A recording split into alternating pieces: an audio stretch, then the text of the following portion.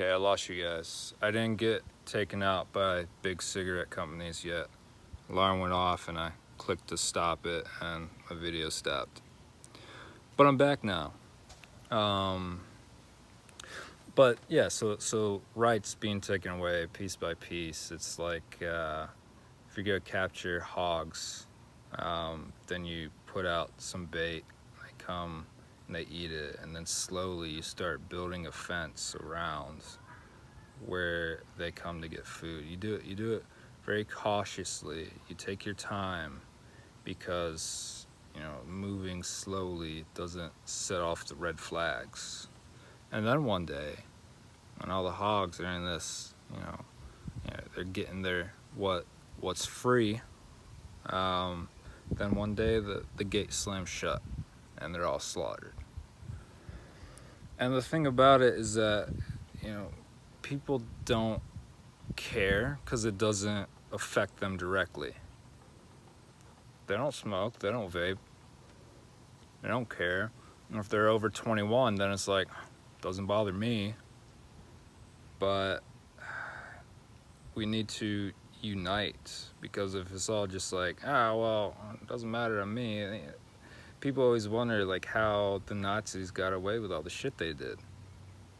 Because primarily their target was the Jews. It wasn't affecting the German citizens. So that's my spiel there on that. So now to stress and whatnot. So this is something I haven't talked about yet on this channel, but I'm going to start. I study psychology a lot, specifically personality typing systems, like Myers-Briggs, or you may have heard it as MBTI, and also the Enneagram. Those are the two that I'm an expert in. I also study socionics, but I have not, deep dived super far into it. I'm pretty knowledgeable of it. Man, my hair is crazy. I gotta trim these hairs, man. Or I could let them grow, but that's gonna take a while. I don't know. Let me know what you think. Should I snip? Or just let it go? Maybe I should grow some dreads. I'm not doing that. But through studying typology and how yourself and others function cognitively, then one, that's a great tool for self-understanding and self-growth, but it's also really amazing because you start to understand the people a lot better and where they're coming from. So it really helps relationships. But all that to say, so stress, there's this thing in Myers-Briggs and socionics, they use the same thing. There's these things called cognitive functions, which I'll get into more in another video, but basically there's this set of things, a way to label people's preferences for thinking or interacting in the world. So your most basic is like introverted and extroverted. And then there are these 4 functions. There's thinking, feeling, sensing, and intuition. And there is an introverted and extroverted for each of those 4 cognitive functions. And then, so everyone uses all 8, but Myers-Briggs, the main focus is on the first 4 of your top preferences. And there's these things where you can get into these loops where you're kind of like stuck. Like if you're really stressed or you're anxious, You can get in a loop of essentially like when someone binges, like maybe you binge on Netflix or you binge on drinking or people do drugs. Um, Also, like I don't know, like people who so sensing in particular, um, particularly extrovert sensing, which this will make more sense to you as I delve deeper into them. But extrovert sensing is uh, engaging in the outer world, external stimuli, um, and not necessarily always, but indulging in it. So that can be done in a healthy manner and an unhealthy manner. Um, you can abuse drugs, or you can use them medicinally. You can have a healthy relationship with someone, or you can have a very unhealthy relationship, which is, just about sex and you gaining personal pleasure from it, that kind of thing. Um, Now, in Myers Briggs, I am an INTJ. Those letters signify um, your order of preference for the cognitive functions.